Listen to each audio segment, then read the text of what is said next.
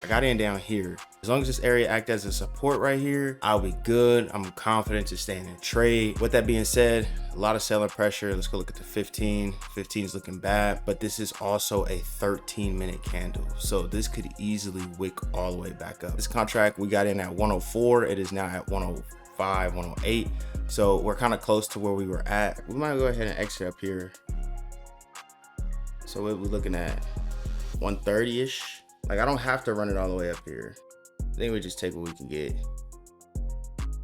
Let's just have a successful day today at 132. For me, that's perfect. The week is starting off absolutely amazing.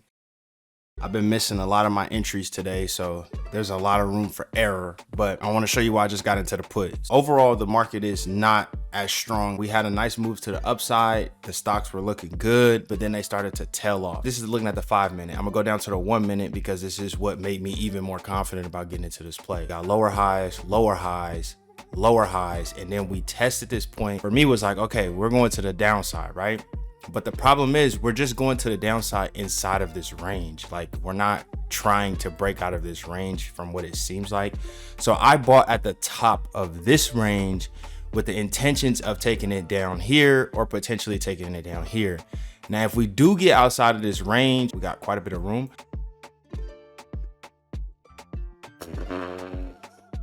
Jesus.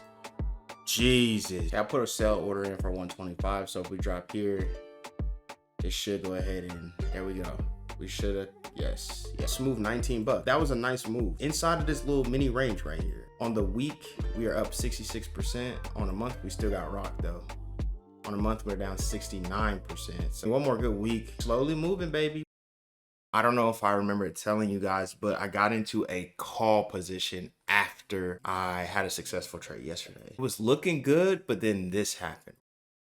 We did manage to make a little bit of money off of this candle right here. We bought at 725, which 725 was right here. So I kind of bought off of the top of this movement to the upside. Once we rejected off of this area right here, I said, okay, I'm gonna try and get at the top. 15-minute candle was towards the end of its cycle. There was only 1 minute left on the 15-minute candle. And I ended up seeing that the 15-minute candle was getting super weak. So I was like, okay, this is gonna close red. We're gonna go ahead and get in here. It's gonna be a lot of momentum to the downside due to a new candle body opening. And that's exactly what happened. So we sold about right here at the bottom and we were able to nab $28 on this move. Quick move, happened in 10 minutes. It wasn't no stress, no nothing. I seen everything happen. I got out. We ended up making $28 today on that move. Currently, that was a big loss for us, that 25 bucks. But we gained basically all of that back and some, and then we'll end up selling for what, $2 maybe? We killed it today, man. $53, 32%. Getting back up there, man. We're gonna be back up at that $500.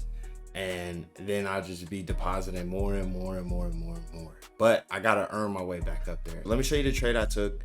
Let me show you why I took it. Once again, you know I'm not your teacher. I'm just here to show you exactly what I'm doing. I'm looking at the market in a different way now. Got some more information. I'm looking at the market on a higher time frame basis. If you think about it, which I never thought about it, the higher time frame has a chance to happen over a longer period of time.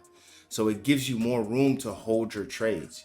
When you look at it from a day, when you look at it from an hour, when you look at it in general, at any point, the higher the time frame, the more information it's gonna give you as far as where is the market headed, the hour, 2 hour, 3 hour, 4 hour time frame. So I started looking at the 15 and then I look at the 5. So then I even went deeper and I said, I really don't care with if it doesn't show me the correct formation that I'm looking for, because I know overall in the hour period, we're going to the downside. Entering on the 1 minute just makes it a lot easier.